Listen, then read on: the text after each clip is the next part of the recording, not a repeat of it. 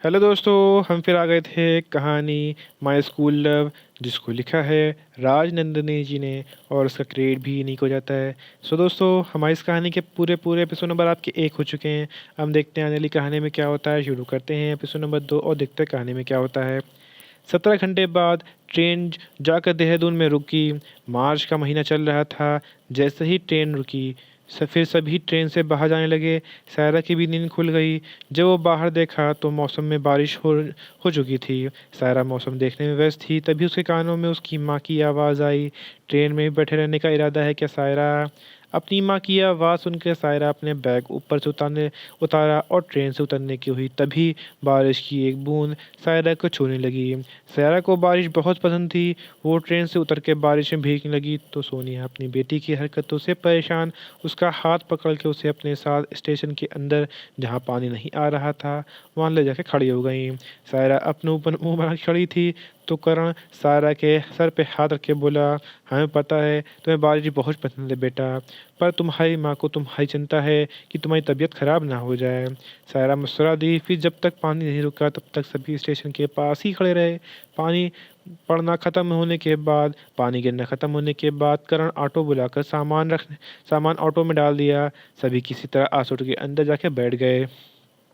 सायरा खिड़की की तरफ बैठी थी। देहरादून के वादियों को देख सायरा के चेहरे में मुस्कुराहट छा रही थी। मौसम बहुत सुहाना था और इस सुहाने मौसम में सायरा का दिल नाचने को कर रहा था। कुछ वक्त बाद सायरा अपने नए घर पहुंच गई। सभी लोग घर के अंदर आए। ये घर उनके पहले वाले घर से थोड़ा सा बड़ा था। पहले वाले घर में बस 2 कमरे हुआ करते थे, जिनमें करण कार्तिक के बड़े होने के बाद सायरा को अपना कमरा उसके साथ शेयर करना पड़ता था। पर अब उससे ये नहीं करना पड़ेगा। घर के अंदर घुसते ही सायरा कार्तिक दोनों अपने अपने कमरे में घुसने लगे। जो कमरा सायरा को पसंद आया था उस कमरे के लिए कार्तिक जिद करने लगा तो सोनिया कार्तिक को समझाने लगी कि उससे ये कमरा दे दे। पर कार्तिक कहा सुनने वाला था, उसने वो कमरा बहुत पसंद आया क्योंकि ये कमरा उसकी बहन को चाहिए था। उसकी बहन को जो भी चीज़ पसंद आती थी कार्तिक हमेशा उससे लेने की जिद करने लगता था। और ये कमरा सायरा को पसंद आया क्योंकि इस कमरे में सायरा की को खिड़की से बाहर बहुत सुंदर नज़ारा साफ साफ दिख रहा था। सायरा इस कमरे को तो बिल्कुल भी नहीं ले सकती थी। अपने भाई को वो अपने पिता के पास उदास होकर एक कर बोली, पापा हमें यही रूम चाहिए। करण अपनी बेटी की बात कैसे टाल सकता था। वो कार्तिक को समझाते हुए बोला, लड्डू दीदी तुमसे बड़ी है ना, तो दीदी को ये कमरा दे दो। कार्तिक मानना तो नहीं चाहता था, लेकिन फिर कमरे के बदले उसने कुछ और मांगने को सोचा। ठीक है पापा, ठीक है पापा, पर आप प्रॉमिस करो कि आप हमें वीडियो गेम ला के दोगे। करण कार्तिक को प्रॉमिस कर दिया। सोनिया के चेहरे पर मुस्कुराहट छा गई। इतने वक्त से जब कार्तिक उससे वीडियो गेम मांग रहा था तब नहीं दिया, पर अपनी बेटी की विश को पूरा करने के लिए करण झट से मान के अपने बेटे को वीडियो गेम देने का। घर की साफ सफाई होने लगी। सारा साफ सफाई में सोनिया की मदद करने लगी। साथ ही साथ करण भी मदद कर रहा था। घर का साफ सफाई करने के बाद सफाई होने के बाद सायरा अपने कमरे में जाकर अपना बैग खोल के अपने कमरे को अच्छे से सजाने लगी। अपने कमरे को सुंदर से सजाने के बाद सायरा अपने परिवार वालों के साथ रात का खाना जल्दी ही खाने और सोने चली गई, क्योंकि कल से उसे अपने नए स्कूल भी जाना था। सुबह का वक्त सायरा का स्कूल टाइम हो चुका था, पर सायरा गहरी नींद में सोई हुई थी। सोनिया सायरा को 3 बार उठा चुकी थी। आखिर में गुस्से होकर सोनिया करण से बोली, अपनी लाडली बेटे को उठा के आओ आप, हमसे वो उठने वाली नहीं है अभी। करण ऑफिस के लिए तैयार हुए। सायरा के पास जाके प्यार से बोले, मेरी परी उठ जाओ, आज स्कूल का पहला दिन है तुम्हारा। सायरा अब भी नहीं उठ रही थी तो करण सायरा के पेट में गुदगुदी करने लगा। आखिर में सायरा ज़ोर ज़ोर से हंसने लगी।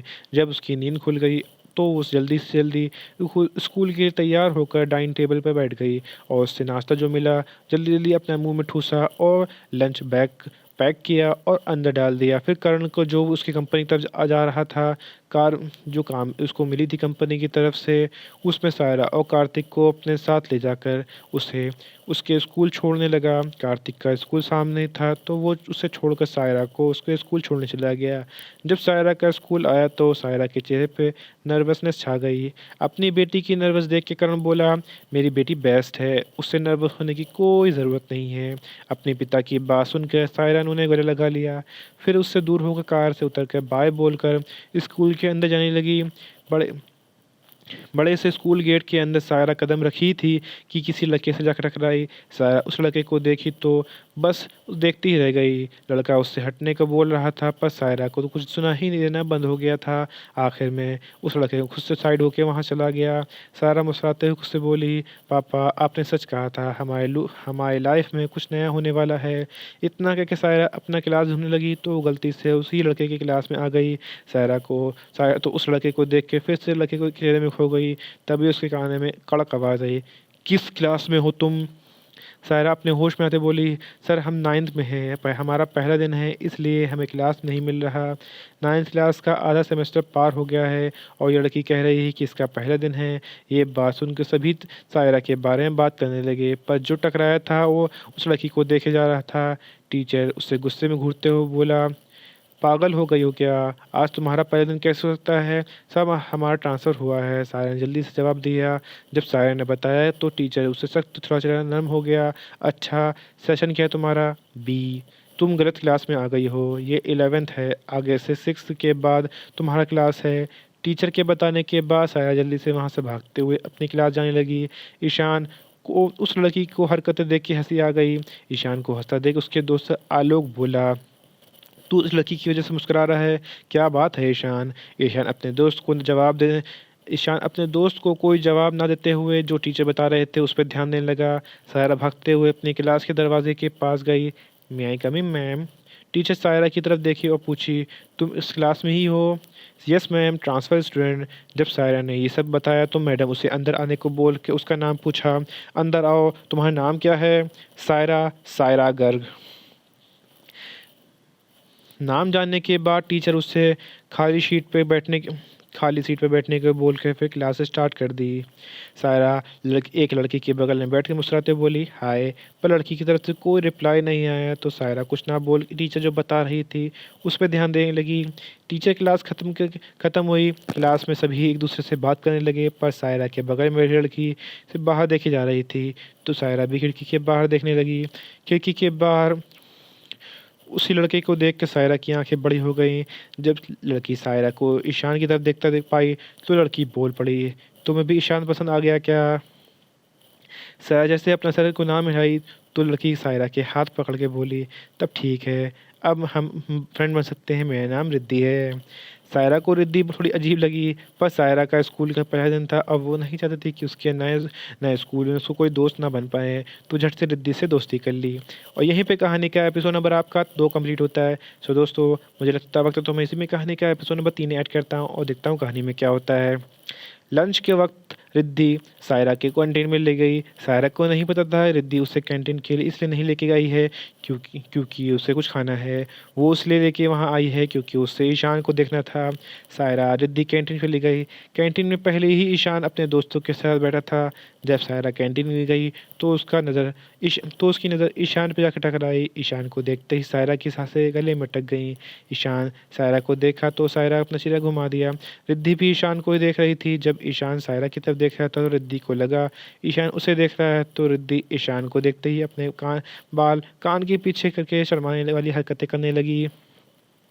सायरा रिद्धि के अजीब हरकतें देख के आगे बढ़ के आने लगी तो सिद्धि सायरा का हाथ पकड़ के बोली, आज ईशान ने मुझे देखा सायरा। सायरा मैं अच्छी तो दिख रही हूँ ना? सायरा मुंह बना के फीकी स्माइल के साथ बोली, हाँ हाँ तुम बहुत सुंदर दिख रही हो। सायरा अपने लिए छोला भटूरा ऑर्डर करते हुए रिद्धि से पूछा, तुम्हें कुछ खाना है? रिद्धि को जवाब दे देते हुए ईशान को पूरी तरह से खोई हुई थी। ये देख सायरा उसके कंधे पे हाथ रखे ताकि वो अपने होश में आए। जब सायरा ने रिद्धि के कंधे पे हाथ रखा तो रिद्धि होश में आई और पूछा, हाँ सायरा, क्या बोला तूने? तू कुछ खाएगी या नहीं? सायरा के सवाल पर रिद्धि सोचते हुए बोली, कुछ नहीं, अगर कुछ नहीं ज़्यादा अगर मैं ज़्यादा खाऊंगी तो ईशान मेरे बारे में क्या सोचेगा?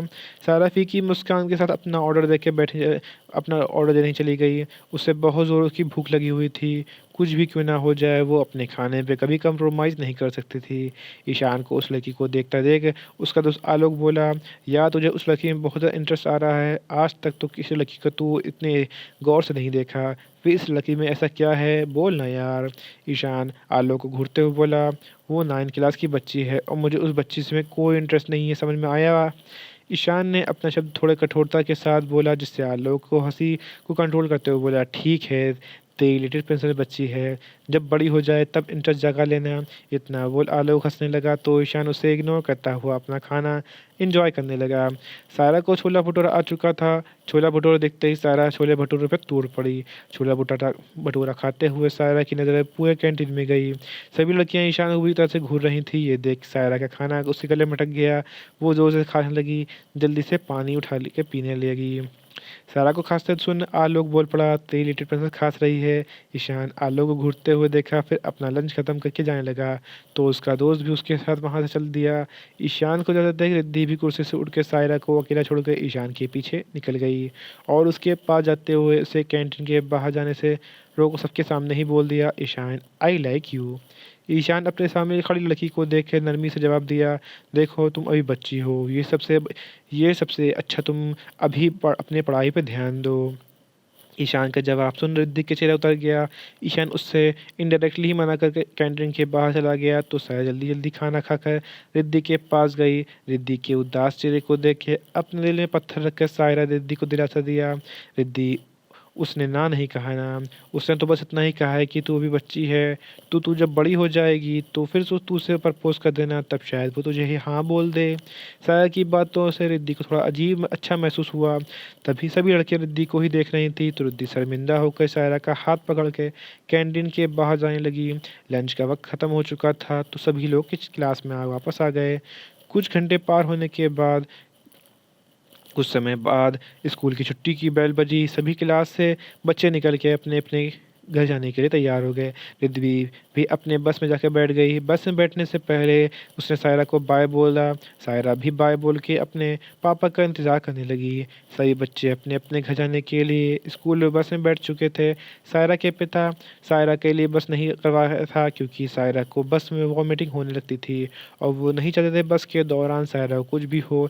इसलिए सायरा के पिता हमेशा खुद ही उसे स्कूल छोड़ने जाते और लेने जाते थे। सायरा अपने पिता का आने का इंतज़ार करने लगी। ईशान और उसके 3 दोस्त आलोक, नील, सागर भी अपने बस में बैठने के लिए जाने लगे। जब पूरा स्कूल खाली हो गया, सभी बच्चे अपने अपने बस में बैठ गए तो ईशान और उसके दोस्त का नज़र सायरा पर गई। सबसे पहले आलोक बोल पड़ा, ईशान तेरी लिटिल प्रिंसेस अकेली खड़ी है। आलोक के बोलने के बाद सागर, नील भी ईशान को छाने लगे। लिटिल प्रिंसेस बोल बोल कर सायरा की नज़र ईशान और उसके दोस्तों पर गई तो सायरा की सांसें गर्दन पे जाके अटक गईं। फिर वो अपने चेहरा मोड़ के अपने बैग को कस के पकड़ लिया। स्कूल बस निकलने लगी, सभी जाने लगे। सभी के जाने के बाद पूरी तरह से स्कूल सुनसान हो गया। सारा को सुनसान जगह देख के थोड़ा सा डर लगने लगा। तभी पीछे से उसे कदमों की आवाज़ आता सुनाई दिया तो सारा डरते हुए पीछे मुड़कर देखा। पीछे हुआ आता हुआ ईशान दिखाई दिया। ईशान उसके पास आते हुए उससे पूछा, तुम्हें घर नहीं जाना क्या? ईशान को सामने देख के सायरा के मुंह से तो बोलती ही निकलना बंद हो गई। सायरा को कोई जवाब ना देख ईशान फिर से बोला, तुम्हें सुनाई नहीं दे रहा क्या हो रहा है कि क्या मैं क्या बोल रहा हूँ? सायरा जल्दी से अपने होश में वापस आई। हाँ हाँ, हम वो पापा का वेट कर रहे थे। ईशान सायरा के पास आके खड़ा हो गया तो सायरा बड़ी हिम्मत से पूछी, आप यहाँ क्या कर रहे हैं? मतलब आपकी बस तो चली गई। ईशान सायरा के सर पे हाथ रख के बोला, ये जगह शाम के लिए सेफ नहीं है, हम तुम्हें अकेला यहाँ छोड़ के कैसे जा सकते हैं? ईशान की बात सुन के सायरा के चेहरे पे मुस्कुराहट आ गई। सायरा ने आगे कुछ ना बोलकर चुपचाप खड़ी हो गई। ईशान ने भी सायरा के माथे पे अपने हाथ हला दिया, थोड़ी दूर बना के खड़ा हो गया। इस जगह में शाम का वक्त बहुत ही क्राइम हुआ करते थे। जब ईशान ने सायरा को अकेले देखा तो उससे सायरा की फिक्र होने लगी तो वो सायरा के लिए अपने चलते हुए बस से उतर गया। उसके दोस्त ने उसे रोकना चाहा फिर भी वो उतर चुका था। कुछ वक्त के बाद करण अपनी बेटी लेने के स्कूल आ गए। वो अपना कार सायरा के पास रोक कर उतर कर अपनी बेटी के लिए पास जाके बोला, सॉरी प्रिंसेस, आने में लेट हो गया। सायरा कुछ बोलती उससे पहले ही ईशान आ गया और बोला, हेलो अंकल, ये जगह बिल्कुल भी सेफ़ नहीं है किसी के लिए। करण को पता था ये बात। वो शर्मिंदा होकर बोला, हमें पता है बेटा, पर नहीं जाने की वजह से हमें आने में नहीं मिल पाया जल्दी। अंकल, आप बस क्यों नहीं कर देते? अपने पिता को दूसरे के सामने इतना शर्मिंदा होता देख सायरा गुस्सा आने लगा। सायरा गुस्से में बोल पड़ी, क्योंकि बस में हमारा तबीयत ख़राब हो जाती है, इसलिए पापा मेरे लिए बस नहीं करते। सायरा का इतना बोल कर कार में अंदर बैठ चुकी थी। पापा चलिए। करण अपनी बेटी की आवाज़ सुन सामने सामने लड़के से बोले, बेटा चलो, तुम्हें भी अपने घर छोड़ देते हैं। नहीं है, कल हम चले जाएँगे। बेटा तुम हमारी बेटी के लिए अपनी बस छोड़ के हमारा फ़र्ज़ बनता है, प्लीज़। ईशान मान गया, वो भी कार के अंदर जाके सायरा के बगल में बैठ गया। ईशान को अपने सामने ईशान को अपने सामने सायरा की धड़कनें साफ नज़र आ रही थीं, सुनाई दे रही थीं।